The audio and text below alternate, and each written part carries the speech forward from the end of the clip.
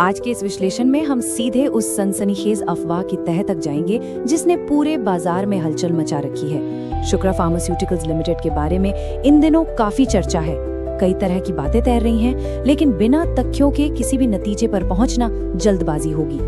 इसलिए हम सीधे डेटा, फंडामेंटल्स और तकनीकी विश्लेषण का सहारा लेंगे ताकि ये समझा जा सके कि पर्दे के पीछे असल में क्या चल रहा है। किसी भी तरह के पक्षपात के बिना आज हमारा पूरा ध्यान सिर्फ और सिर्फ आंकड़ों पर केंद्रित रहेगा। तो चलिए सीधे मुद्दे पर आते हैं।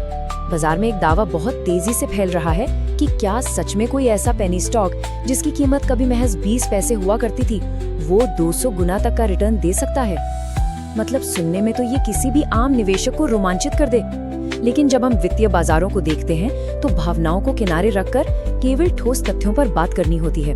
वर्तमान स्थिति और इस दावे की सच्चाई को समझने के लिए हमें कंपनी के भीतरी ढांचे को गहराई से खंगालना होगा। अब सबसे पहले बात करते हैं कंपनी के फंडामेंटल्स की, यानी इसकी बुनियादी अच्छाइयां और कमियां। ये काफी दिलचस्प है। किसी भी कंपनी की असली कहानी यहीं से शुरू होती है। एक तरफ अगर हम कंपनी की ताकतों को देखें तो डेट टू इक्विटी रेशियो सिर्फ 0.06 है। इसका मतलब है कि कंपनी पर कर्ज का बोझ लगभग ना के बराबर है। इसके साथ ही 24 से 29% का रिटर्न ऑन इक्विटी और 37% तक का रिटर्न ऑन कैपिटल एम्प्लॉयड, ये आंकड़े शानदार लगते हैं। लेकिन तस्वीर का दूसरा पहलू थोड़ा डराने वाला है। कंपनी की कमाई बिल्कुल भी स्थिर नहीं है। इसमें भारी उतार चढ़ाव है और हालिया तिमाही में तो बाकायदा नुकसान भी दर्ज किया गया है। ये साफ तौर पर एक बड़ा अलर्ट है और निवेश में एक बड़ा जोखिम पैदा करता है। आगे बढ़ते हैं और कंपनी के वैल्यूएशन यानी इसकी मौजूदा कीमत का विश्लेषण करते हैं। फंडामेंटल्स के बाद सबसे बड़ा सवाल यही है कि बाजार इस कंपनी के लिए क्या कीमत मांग रहा है। ये नंबर देखिए, 57 से 7, ये कंपनी का प्राइस टू अर्निंग्स यानी पीई अनुपात है।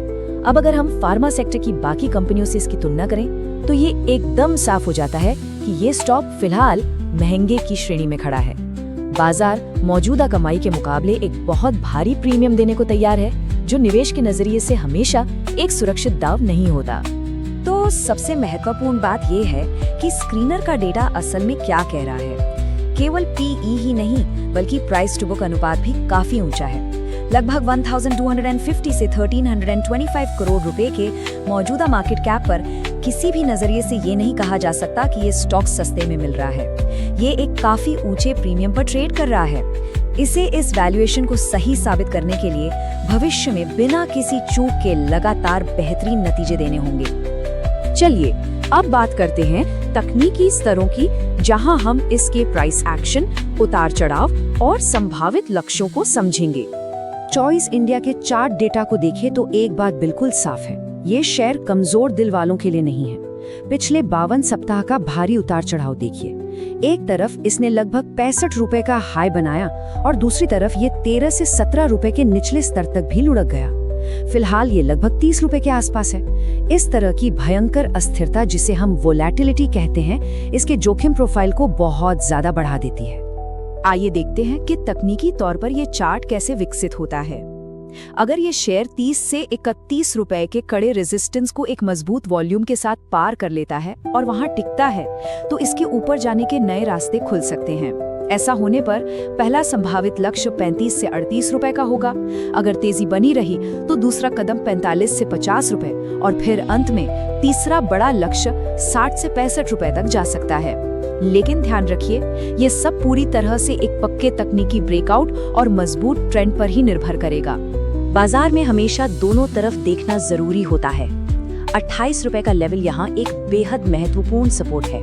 अगर कीमत में कमजोरी आती है और ये 28 के नीचे ही बनी रहती है, तो तेजी का ये पूरा तकनीकी सेटअप पूरी तरह से कमजोर पड़ जाएगा। ये इस बात का संकेत है कि ट्रेंड पलट भी सकता है। इसलिए जोखिम प्रबंधन को कभी भी नजरअंदाज नहीं किया जा सकता। अंत में आइए सारे डेटा को एक साथ रखकर एक अंतिम निष्कर्ष निकालते हैं और इन अफवाहों पर फैसला तय करते हैं। अब जो बात इस पूरी तस्वीर में सबसे दिलचस्प है वो ये कि सारे आंकड़े हमें एकदम शीशे की तरह हकीकत दिखा रहे हैं। लगभग 30 रुपए के वर्तमान बाजार मूल्य पर इसे महज 200 गुना रिटर्न देने वाला शेयर मानकर चलना पूरी तरह से निराधार है। हाँ, कम कर्ज और अच्छी रिटर्न रेशियो जैसी सकारात्मक बातें जरूर हैं, लेकिन कमाई की भारी अस्थिरता और बहुत ज्यादा महंगा वैल्यूएशन उस पर पानी फेर देते हैं। इसीलिए समझदारी इसी में है कि हवाई दावों में बहने के बजाय स्पष्ट तकनीकी ब्रेकआउट, अच्छे वॉल्यूम की पुष्टि और स्थिर तिमाही नतीजों का इंतजार किया जाए। इस पूरे विश्लेषण के बाद एक बहुत ही बुनियादी लेकिन गहरा सवाल सामने आता है। जब बात खून पसीने की पूंजी लगाने की हो तो क्या फैसले बाजार की सनसनीखेज अफवाहों को सुनकर लिए जाने चाहिए या फिर उनका आधार मजबूत, वस्तुनिष्ठ और तार्किक डेटा होना चाहिए? वित्तीय बाजारों में शोर हमेशा रहेगा, लेकिन स्थिरता और असली सफलता सिर्फ ठोस तथ्यों पर टिके रहने से ही मिलती है। डेटा पर नजर बनाए रखें और अफवाहों से बचकर निवेश करें।